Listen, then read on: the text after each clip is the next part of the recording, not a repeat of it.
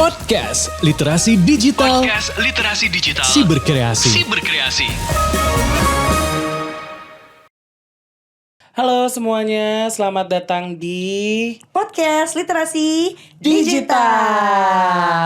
Pasti Sobat Litik sekarang lagi nonton Indi dan Satya Betul. di YouTube-nya Siberkreasi, or mungkin sekarang lagi dengerin doang versi audionya di Spotify. Benar, karena buat teman-teman semua di sini juga tentunya ada yang lebih senang dengerin suaranya doang, ada juga yang pengen sambil lihat gambarnya juga. Kalian bisa nikmatin keduanya, ada di YouTube channelnya Siberkreasi ataupun di Spotify-nya Siberkreasi juga. Betul, mungkin bisa sambil nyetrika kalau yang audio doang. Betul. Sambil cuci piring mau. Kenapa nyetrika ya? Iya, Contohnya. soalnya kan kayak pengen ada yang nemenin gitu loh. Oh iya benar. Iya, kalau benar. sambil nyetir juga mungkin audionya aja. Tapi kalau misalnya emang lagi sedikit santuy, Betul. ya bolehlah sambil lihat wajah kami kita, berdua. betul banget. Dan juga narsumnya tentunya. Benar, nah karena tadi kita ngebahasnya juga tentang nyetrika, nyuci itu adalah kegiatan keluarga dan berumah tangga ya. Betul, meskipun kami berdua belum ada yang berumah tangga, kita belajar aja dulu. Betul, karena memang belum tapi akan. Insya Allah, amin. Insya Allah, dalam ya. waktu dekat Insya belum Allah. siap. Karena kan istilahnya aku udah menemukan terms yang baru. Apa tuh? Single. Lillah,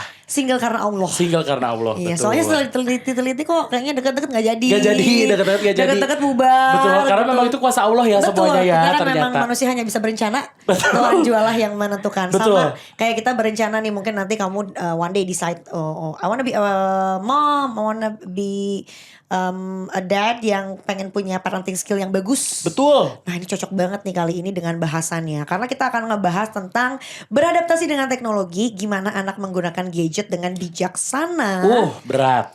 Tapi kita bikin light lah. Oke, ya. baik. Tadi balik lagi biar sambil nyetrika, sambil ngejus. Betul, masih Mungkin bisa. yang dengerin kita ada momom pilates. Betul, ada mama menjaksel ya, Iya. yang OTW nyetir mau kafe sama teman-temannya. Betul. Aduh maaf telat habis pilates bawa yoga mat. Iya, atau macan ternak Mama cantik antar anak. Betul. Itu juga bisa ada, ya. boleh. Betul. Kita bakalan ngobrol kali ini ya Sobat Litik barengan sama pelatih pendidikan keluarga dari Yayasan Keluarga Kita. Sudah Betul. ada Mbak Mega Anissa atau biasa akrab dipanggil Mbak Ega. Mbak Ega, halo Mbak Ega. Hai. Hai Mbak Ega. Ya ampun, suara Mbak Ega tuh di telinga aku tuh nyaman banget loh. Oh ya, emang orangnya bikin nyaman, gak cuma suaranya. Oh, ya ampun, kalau kayak gini caranya aku nggak apa-apa sih, belum punya keluarga tapi minta dilatih untuk punya keluarga. Baik. Ya. Bisa. Kalau aku juga akan mencontoh seperti apa nih Mbak Ega ini ya. Tentang tadi topiknya ya Sobat Betul. Litik, gimana anak menggunakan gadget dengan bijaksana. Tapi sebelum kita maju ke sana, mungkin mau ngobrol dulu sama Mbak Ega. Mbak Ega, jadi daily life-nya kesibukannya ngapain aja nih? Sama kayak ibu-ibu di luar sana, daily life-nya tentu ngurus anak. Kadang-kadang pengen rebaan sama tidur siang ya. Masih kadang-kadang makan cireng, gak kayak Sophia Lacuba. Sophia Lacuba aja makan cireng. Mbak Ega Betul. makan seblak gak? Makan. Yang rasa Nyobain yang sebelah Rafael yang nggak? di TikTok viral itu. Iya dong, beli cowetnya sendiri loh. bikin sendiri. Nah ini the real mom nih ya. Kalau kita beli pesan delivery ada di Mampang tuh. Iya betul. Kita beli cowetnya sendiri, jadi nuangin cabenya tuh gak ragu-ragu. Baik. Iya benar. Sesuai dengan kapasitas kemampuan diri masing-masing. Betul. Betul, disesuaikan jumlah cabainya Betul. ya. Terus Mbak Ega apalagi kesibukannya? Oke, selain profesional dan jadi ibu gitu, tentu aku juga sebagai relawan keluarga kita. Relawan keluarga kita tuh biasa disebutnya sebagai rangkul gitu. Tapi si rangkul ini nih ada tahapannya. Nah, kebetulan aku sebagai pelatih pendidikan keluarga. Ini menarik ya, karena pelatih pendidikan keluarga kurang lebih tuh Mbak Ega sama gak sih dengan yang kita sering dengar kayak latihan-latihan atau pendidikan parenting gitu? Mirip, tapi bedanya gitu ya, tetap harus ada bedanya ya. Betul. Bedanya itu kalau di keluarga kita percaya bahwa setiap orang tua punya pengalamannya masing-masing dan ceritanya masing-masing. Jadi kami bukan hanya memberikan kurikulum tapi juga punya support group. Jadi para orang tua bisa berbagi cerita dan berbagi pengalaman dan bisa belajar dari orang tua yang lain. Oke. Jadi tidak hanya si yayasan keluarga kita tadi ya. Betul. Itu tuh bukan cuman ngasih kurikulum, ngasih pelajaran, suruh praktekin tapi juga ada support grupnya tadi. Bener, soalnya kalau cuma ngasih pelajaran tok ngantuk ya kan. Betul. Di sekolah aja udah lelah Syai Betul. gitu. Apalagi bahasanya tadi ada kurikulum ya. Bener Langsung banget. kayak flashback kan jadinya gitu kan. Seperti duduk di bangku pendidikan. Betul. Gitu ya. Karena mungkin ya challenge-nya gitu ya. Kalau this kind of parenting thing gitu kan kayak harus langsung praktek ya. Jadi gimana caranya kita mungkin belajar teori tapi langsung applicable. Nah Mbak Ega awalnya kenapa sih bisa tertarik dengan semua dunia-dunia yang berbau parenting ini? Gimana awal nyeburnya tuh? Oke, awalnya tentu karena pengen berobat jalan. Oh baik. Kan sebagai orang tua gitu ya, tentu kita nggak sempurna kayak lagunya Andra dan Backbone dong. Betul. 1, 2, 3. Sempurna. Duh bagus ya Iya, makasih. suaranya. Kita langsung pecah suara gitu ya. Biasanya pasang suara. Mau coba gak? Udah langsung aja. Langsung aja. Ya. Oke.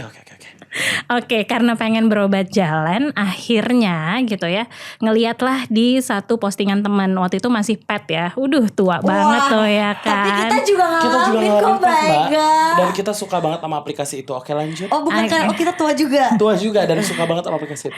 Jadi si aplikasi itu di tahun 2016 memposting lah satu kelas gitu. Terus aku kayak, kelas apa nih kok mengelola emosi gitu. Kayaknya gue butuh banget nih, secara gue kayak gas 3 kilo. Emosinya tuh gampang banget meledak gitu. Udah kecil bantet, gampang meledak pula Tapi Mbak gitu. tahan banting loh. Gas gas melon itu ya. Lama ya kan. Nah itulah kayak emosi di badan gue. Lama dia nongkrongnya. Nongkrongnya.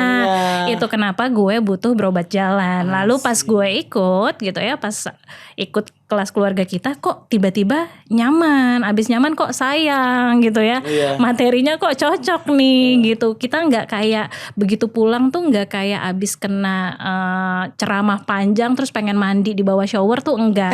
Tapi begitu abis pulang ya kan, malah pengen kayak, hai anakku, mari kita coba untuk berubah gitu. Kalau gue gitu, karena kebetulan hari pertama gue ikut kelas keluarga kita, suami gue pun WA tulisannya gini, semoga berobat jalannya sukses.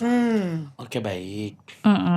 Dari situ terus kemudian penasaran, waktu itu di daerah rumah gue Jakarta Timur dan Bekasi something itu belum ada nih. Oke. Gimana caranya? Akhirnya berusaha menginisiasi. Akhirnya dari keluarga kitanya sendiri mulai ada program untuk merekrut relawan. I see. Jadilah aku dan beberapa teman yang lain sebagai fasilitator pertama. Dari situ mulai banyak kelas-kelas keluarga kita sampai akhirnya sekarang keluarga kita sudah ada di 140 kabupaten se-Indonesia dengan jumlah relawan 1.181. Keren banget. Bener-bener ya, ini kayaknya memang sudah jadi apa ya, mungkin garis hidupnya Mbak Ega ya. Karena dari pertamanya coba-coba merasa terpanggil sampai akhirnya ini udah memberikan manfaat untuk masyarakat banyak orang, benar. gitu. Benar, Kita bisa banget. bilang kan kayak dibagikan lagi ilmunya ya. Nggak Betul. dipraktikkan buat sendiri aja. Nah berarti kalau gitu sebagai pelatih pendidikan keluarga ini job desk-nya berarti ngapain aja nih Mbak Ega? Job desk-nya tentu ngobrol. Diskusi gitu kan ya. Konsultasi gitu Bikin ya. sesi sih, kita nggak konsultasi karena kalau konsultasi kesannya satu arah ya. Cuma aku doang yang pinter, padahal gitu kita percaya bahwa setiap pengalaman orang tua itu tuh bermanfaat juga buat orang tua lain. Jadi kita selalu bilang bahwa ini sesi berbagi cerita. Jadi kalau pelatih pendidikan keluarga tentu selain menginisiasi sesi juga bekerja sama dengan pihak-pihak terkait untuk melakukan pemasaran itu, melakukan pendidikan keluarga di seluruh ranah gitu, baik menggunakan media sosial ataupun misalnya bikin kelas-kelas yang terstruktur gitu ya. Oke, sampai akhirnya gabung sama Yayasan Keluarga Kita nih Mbak Ega. Itu tuh since kapan tuh Mbak Ega join di Yayasan Keluarga Kita dan ngapain aja sih Yayasan Keluarga Kita? Mungkin siapa tahu ada moms di sini juga yang Betul. pada pengen ikutan.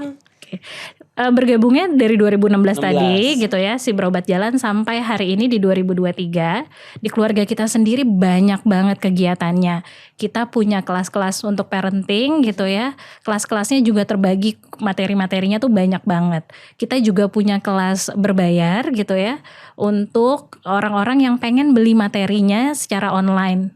enaknya si materi online ini nih bisa dilihat kapan aja. Jadi rasanya kayak punya kebetan kapanpun. Oke, Iya, betul. iya. Pegangan ya, mungkin kayak Betul. aduh aku agak lupa-lupa butuh kayak training refreshment kalau Iya, iya, istilahnya iya, iya. kita bisa Bisa rewatch atau rewatch. relearn itu. Kan katanya orang butuh pegangan ya. Betul. Itu kenapa keluarga kita bikin lah. Tapi jangan sedih, bukan cuma buat orang tua aja. Keluarga kita juga ada buat teman-teman yang lagi siap-siap mau menikah. Oh. Cuco ya kan. Zoomnya panjang. Betul. Jadi buat orang-orang yang juga tentunya sedang mempersiapkan pernikahan itu juga ada kelasnya sendiri Betul, juga. ada kelas dan bukunya. Jadi bukan cuma dapat kelas online-nya gitu ya dan dapat materi online yang bisa dilihat kapan aja, kita juga ada bukunya. Lalu ada lagi siap-siap jadi orang tua. Siap-siap jadi orang tua tuh biasanya persiapan. Kan orang suka bingung ya, 2 tahun masa emas anak tuh mulai dari kapan ya? Tentu mulainya dari bahkan sebelum anak itu dilahirkan gitu. Nah kita siapin kelasnya. Lalu kita juga ada gitu ya, kita ada bukunya juga. Terus kita yang paling berbeda adalah keluarga kita tuh bikin materi kurikulumnya nggak berat. Sebagai contoh beberapa kelas kita dibawakannya menggunakan video komedi situasi. Sitcom. Oh, sitcom. Jadi belajarnya sambil nonton-nonton asik gitu. Nah kalau butuh cash nanti ini dan saatnya bisa Iya betul. itu Mbak Ega. Kalau boleh. Boleh dibantu ya Mbak Ega, orang dalam kan ordal. Pura-pura kita kayak jadi pasangan gitu mau jadi parent ya. Boleh. Atur ya, aturable ya. Aturable. Palu gada gitu Betul. ya. Nah Mbak Ega, tapi kalau misalkan kita ngebahas tentang tadi ada kelas yang mau siap-siap jadi orang tua, siap-siap jadi untuk menikah gitu. Apa yang biasanya dibahas misalkan kayak siap-siap untuk menikah, apa aja sih memang yang biasanya diajarkan dan di-share gitu? Betul, kita untuk penasaran ya orang-orang? mungkin di-spill dikit-dikit. Sebenarnya tuh kan masalah di satu dunia ini kan komunikasi ya. Gitu. Salah satu yang paling sering dibahas itu kayak misalnya di siap-siap menikah, tentu bagaimana kita berkomunikasi sama pasangan gitu ya. Untuk kedepannya seperti apa. Kadang dede-dede nih suka lupa ya, menikah itu bukan solusi nih dede-dede gitu ya, please. Yang suka bercanda zaman kuliah kayak aduh pusing ngerjain tugas, pusing skripsian, mau nikah aja. Nah, bukan ke situ gitu ya. Justru pernikahan itu kan awal mula ya. Karena awal mula jadi perlu banyak yang disiapin. Jadi apa aja tuh, mulai dari misalnya mengenal keluarga gitu ya. Terus mengenal healthy boundaries sama keluarga besar. Karena kan kita sadar ya, kita hidup gak sendiri. Pasti Betul. ada keluarganya juga gitu. Ya, dan Dan kita yang- apalagi culture timur ya. Jadi ketika kita menikah tuh mengawinkan Betul. keluarga juga. Betul. Apalagi kan katanya saat lo sudah menikah itu lo tidak dealing dengan si istri atau si suami aja, Saja. tapi juga dengan buntut keluarga besar di belakangnya. Betul ya. Nah mungkin sekarang kita geser lagi nih Mbak Ega. Let's say kita udah jadi suatu keluarga yang utuh, and then kita mungkin udah punya baby, Yes. udah punya anak, anaknya juga udah mulai dewasa. Dalam arti dia mungkin udah mulai minta gadget gitu ya. Anak sekarang kan kita lihat ya. Aku aja kalau misalnya lagi di restoran kayaknya ngelihat ada keluarga biar papa mamanya bisa makan, Anaknya juga dikasih- makan dikasih tab. Betul. Gitu. Artinya kan ya mungkin karena mereka istilahnya tuh ini ya udah native digital ya. Digital, betul. Dari lahir udah ada teknologi itu. Nah, kalau misalnya dari Mbak Ega sendiri dan juga dari teman-teman yayasan keluarga kita melihat itu sebagai fenomena yang challenging yang baru dong di masa sekarang ya. Tentu tantangan untuk jadi orang tua di sekarang tuh banyak banget. Salah satunya perkembangan teknologi dan itu nggak bisa kita hindari dan nggak bisa dikontrol. Tapi balik lagi, tentu setiap persoalan pasti ada solusinya. Nah sama, kita juga kasih tahu ke beberapa orang tua bahwa hal-hal ini nih sebenarnya bisa kita antisipasi loh gitu. Caranya gimana? Tentu dimulai dari orang tuanya dulu. Oke. Sebenarnya ketika tadi ya kayak misalnya anak nonton sambil makan, yang nyodorin siapa? Orang tuanya. Orang tuanya. Exactly. Jadi berarti kan kunciannya di orang tuanya. Anak itu kan hanya mencontohkan sebenarnya. Anak tuh pencontoh yang ulung tapi bukan penterjemah yang ulung. Oke. Oke. Jadi dia cuma bisa nyontoh tok tapi nggak tahu maksudnya. Tapi kan kalau orang tua pengennya ngasihnya semuanya ya gitu. Nah sebenarnya orang tua tersebut juga nggak salah sih. Karena yang dia lihat cara yang paling mudah kan itu. Kalau orang hidup kan pengen yang mudah-mudah aja ya gitu. Tentu kita pengen yang instan gitu kan. Hal-hal yang kayak gitu yang akhirnya kita bikin nih kelasnya, kita bikin kurikulumnya sebenarnya harus gimana sih, hal-hal apa aja, terus di tahap perkembangan yang berapa aja yang oke buat anak misalnya untuk ngedapetin si gadgetnya gitu. Berarti sebenarnya untuk gadget yang sekarang sudah mulai digandrungi atau mulai udah masuk ke dunia anak-anak sekarang, menurut Mbak Ega sendiri itu sebenarnya sesuatu yang positif atau justru negatif nih sebenarnya? Lebih banyak harus diawasinya gitu daripada benefitnya. Sama seperti berbagai macam hal yang ada di dunia ini, tentunya semua ada positif negatifnya. Balik lagi, kalau yang sekarang terlihat negatifnya bisa jadi startnya dari kita yang salah mulainya gitu kan. Tapi bukan berarti dia nggak ada positifnya gitu. Setiap hal pasti ada positifnya. Kayak misalnya gini, teknologi kan membuat belajar jadi lebih mudah tentu. Anak-anak sekarang bahasa Inggrisnya wow Lebih gitu. Betul, benar. Tapi masalahnya ada batasannya atau tidak. Orang tua nemenin atau tidak. Orang tua membuka obrolan atau tidak gitu. Itu kan balik lagi ke situ. Oke, karena sekarang juga kita udah sulit kalau bilang kayak kalau dulu masih banyak ya orang tua yang kayaknya anak gue bakal gue kasih gadget tuh SMP lah gitu, iya. baru gue kasih handphone. Tapi sekarang juga udah masuk di era pendidikan di mana kayak anak SD udah harus punya laptop di beberapa sekolah gitu kan. Belum kemarin kita digempur di era pandemi di mana semuanya school from Betul, semuanya sekolah online. Anakku kebetulan blended learning, jadi dia memilih untuk online, kadang-kadang offline. Offline-nya lebih sedikit dari online-nya. Iya. Baiklah. Karena memang maksudnya ya itu tuh jadi gerbang juga ya sebenarnya dengan pandemi kemarin. Terus juga ternyata juga sekarang katanya kurikulum di Indonesia juga sekarang lagi mau dicoba untuk ya menggabungkan antara dua hal tersebut.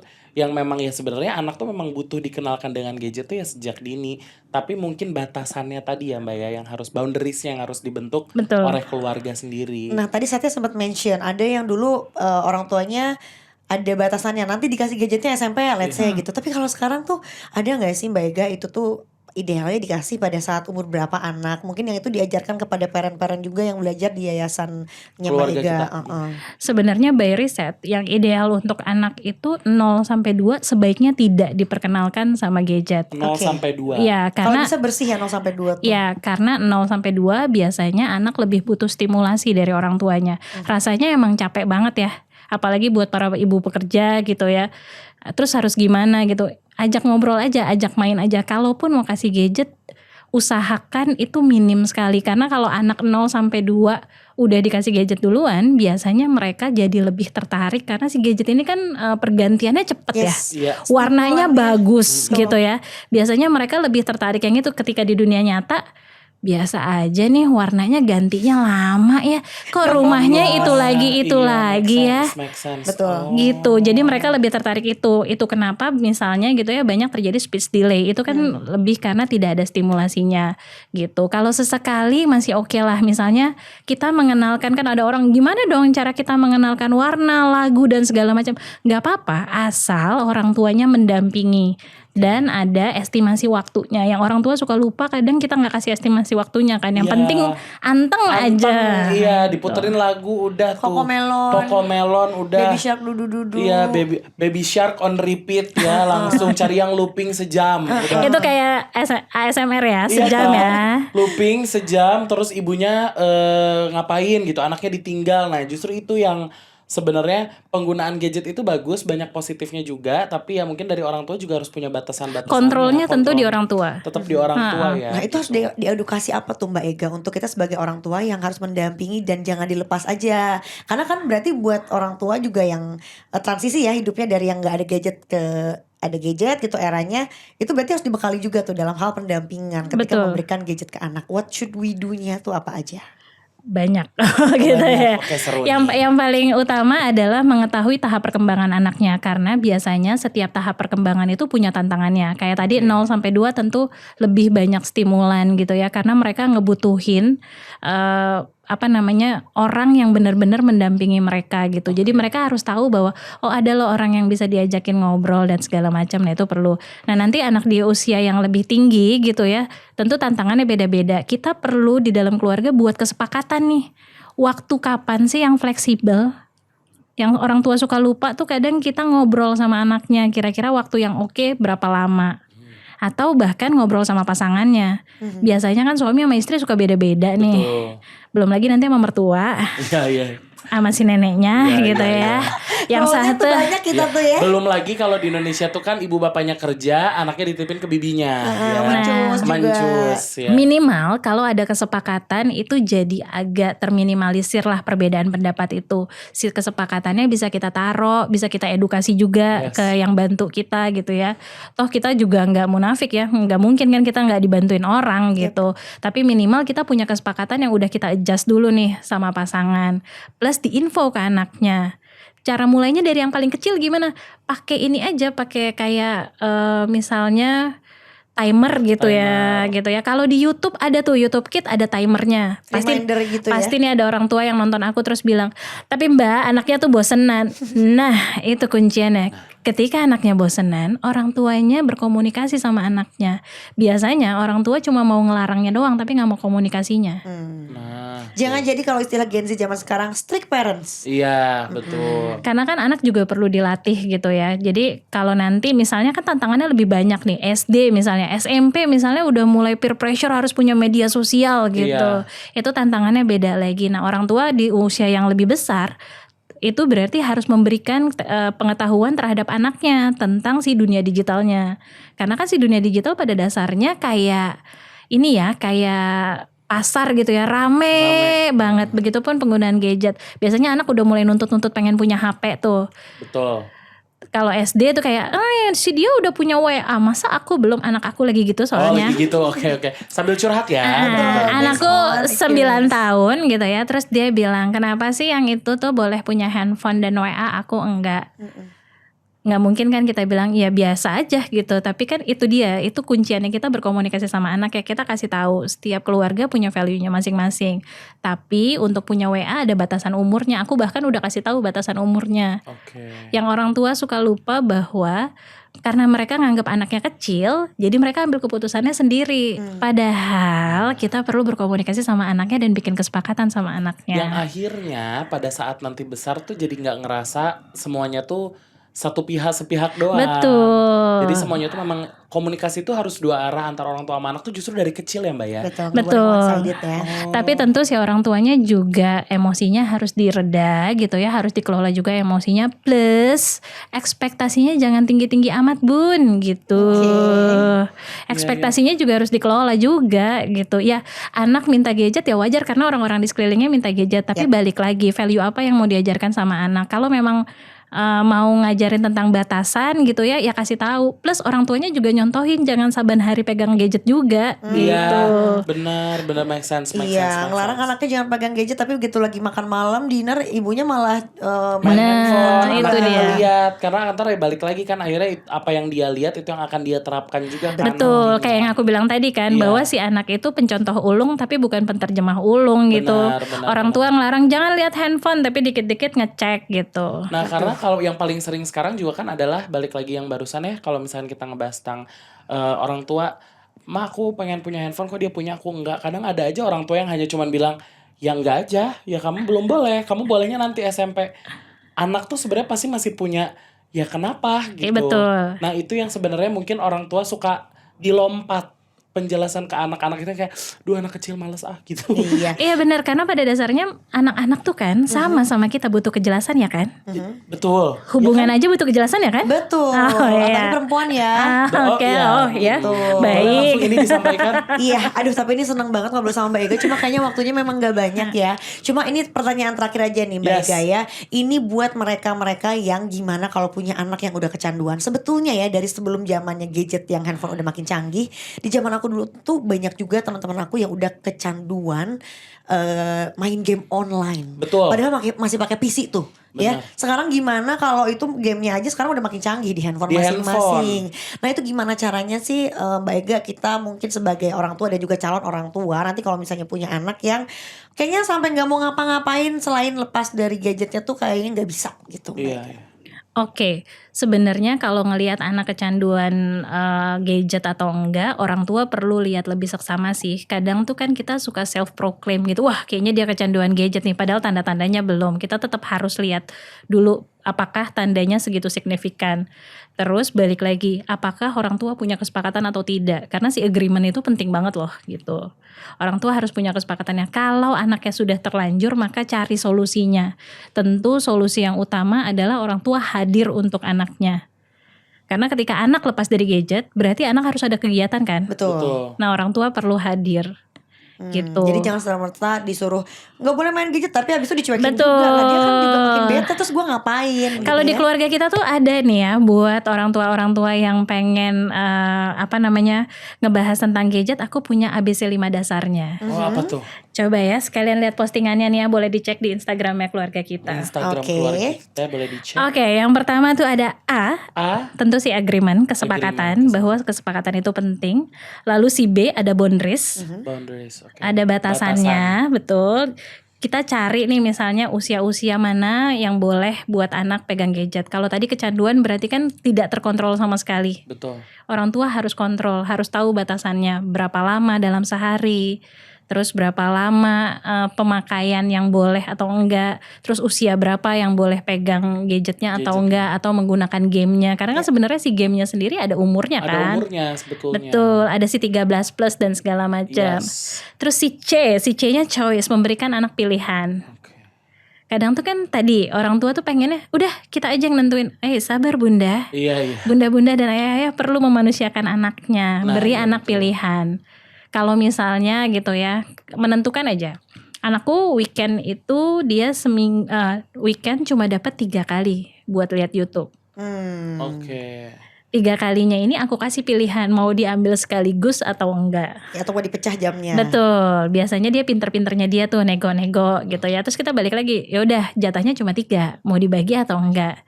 Terus dia mikir, kayaknya pagi siang malam, oke, pagi siang malam waktunya segitu ya, 45 menit, oke. Ini juga melatih anak untuk jago decision making ya. Betul, Iya. karena ini nanti berfungsi untuk masa depan kan. Betul. Yang perlu orang tua sadari yang kita lakukan hari ini tuh berfungsi buat masa Mereka depan. juga akan datang. Betul. D-nya differentiation. Waduh, jadi kita kasih perbedaan. Kalau tanpa di gadget gimana, pakai gadget gimana. Bikin keseruannya juga yang sama. Itu tadi perlu ada keterlibatan orang tua di dalamnya. Oke. Jadi dihafal ya A B C D 5 ABCD. dasarnya. Betul, dan E-nya yang tadi aku bilang itu pengelolaan ekspektasinya. Orang tua harus dikelola. Kalau emang anaknya bosen, ya orang tuanya harus kasih waktunya juga. Wajar, iya, wajar. anak kecil bosen wajar. Iya. Kita aja yang udah tua sering bosen kan kalau melakukan sesuatu secara terus menerus gitu. Setuju. Gitu kalau gitu sobat guys, Lidik. diingat ya sobat Lidik. Apalagi tadi tuh part yang paling aku suka yang D ini. Betul. Differentiation tadi. Jadi harus dikasih tahu juga, jangan cuman ya ini kalau pakai HP, kalau nggak boleh pakai handphone ya udah. Nah kasih contoh dong, kalau nggak pakai handphone gue bisa pakai apa? Betul, kalau aku kegiatan apa yang bagus buat anaknya Exactly, gitu kan. aku paling suka karena expectation ya. Iya, betul. Dimana-mana memang kita tuh kadang kayak, ya we need to lower our expectation sometimes. Betul, karena expectation kills you. Iya.